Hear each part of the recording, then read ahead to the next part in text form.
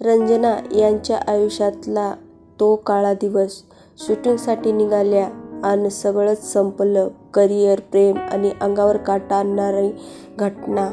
बॉलिवूड असो किंवा मराठी सिनेमासृष्टी, गपशीप तर होतच असतात. कधी कोणाच्या संपत्तीबद्दल तर कधी कोणाच्या नात्याबद्दल. लोकप्रिय तसंच ज्येष्ठ अभिनेते अशोक सराफ यांच्या सिनेमाची जितकी चर्चा होते तितकीच चर्चा त्यांच्या आयुष्यातही झालेली गेलेल्या अनेक गोष्टींबद्दल होते.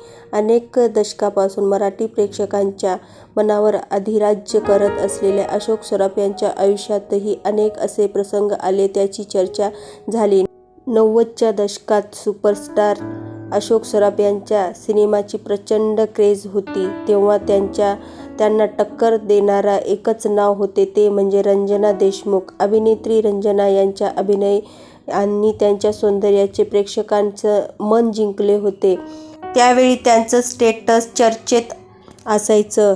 अभिनेत्याला टक्कर देणारी अभिनेत्री म्हणून रंजना देशमुख यांचे नाव घेतले जायचे.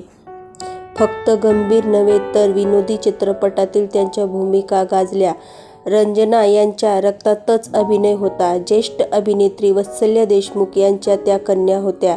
रंजना यांचं फिल्म करिअर छान सुरू होतं. वैयक्तिक आयुष्याबद्दल त्यांनी अनेक स्वप्ने रंगवली होती. पण या सगळ्यात जे घडायचे नव्हते तेच घडलं. रंजना यांच्या आयुष्यातला तो काळा दिवस. शूटिंगसाठी निघाल्या आणि सगळंच संपलं. करिअर, प्रेम आणि अंगावर काटा आणणारी घटना. तर नेमके त्या दिवशी काय घडले होते हे जाणून घेऊया. 1977 मध्ये झुंजार सिनेमाची शूटिंग होती. या सिनेमाच्या शूटिंगसाठी रंजना बेंगलोरला निघाल्या होत्या. पण वाटेत त्यांच्या कारचा भीषण अपघात झाला. या अपघातात त्या वाचल्या, पण त्यांच्या आयुष्यात असून नसल्यासारखं झालं होतं. अपघातात त्यांचे 2 पाय निकामी झाले होते, तर डाव्या हाताला देखील जखम मार बसला होता.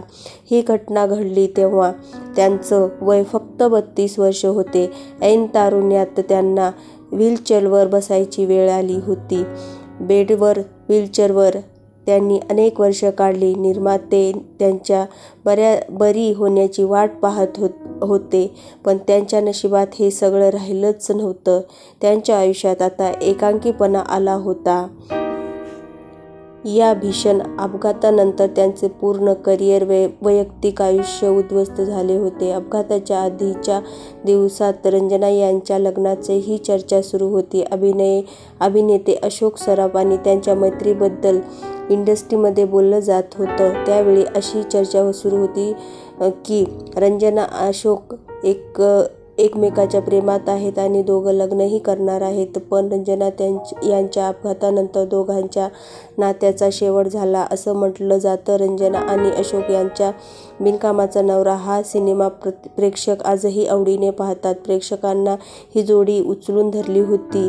दरम्यान काही वर्षांपूर्वी एका मुलाखतीत बोलताना अशोक सराफ यांनी रंजना यांचं कौतुक केलं होतं. रंजना जेव्हा मराठी सिनेमासृष्टीत आली होती तिनं विनोदी भूमिका केल्या नाहीत. गंभीर भूमिकेमुळे रंजनेला आघाडीची नायिका म्हणून प्रसिद्धी मिळाली होती. माझ्या बाबतीत तिनं विनोदी भूमिका साकारल्या आहेत. तिने साकारलेल्या या भूमिकेचे मोठे कौतुक होत आणि अगदी माझ्यापेक्षाही ती वरचढ ठरली होती, अशा अशोक सराफनी त्यावेळी म्हटलं होतं. तसेच ती माझ्यापेक्षा सरळ ठरली तरी ती माझ्यासाठी आनंदी असायची. मी अनेक क्षेत्रासोबत, अनेक अभिनेत्रींसोबत काम केलं, पण तिच्यासारखी दुसरी नटी कोणीच नाही, तिच्यासारखी तीच, असंही ते म्हणाले होते. मुंबईतच जन्मलेल्या रंजना यांनी त्यांच्या करिअरमध्ये अनेक व्यक्तिरेखा साकारल्या. मराठी रसिकांचं मनोरंजन केलं. वयाच्या 5व्या वर्षीच हरिश्चंद्र तारांनी या चित्रपटातून बालकलाकार म्हणून काम करायला सुरुवात केली होती. तरुणपणी असला नवरा नको गं बाई या चित्रपटात मुख्य भूमिका साकारली. त्यांनी कौतुकाची थाप मिळवली. त्यानंतर मुंबईचा फौजदार, सुशिला, गोंधळात गोंधळ, गुपचूप गुपचूप, बहुरूपी, बिनकामाचा नवरा, खिचडी अशा वेगवेगळ्या विषयावर आधारलेल्या चित्रपटांमध्ये त्यांनी मुख्य भूमिका गाजवली. आयुष्याशी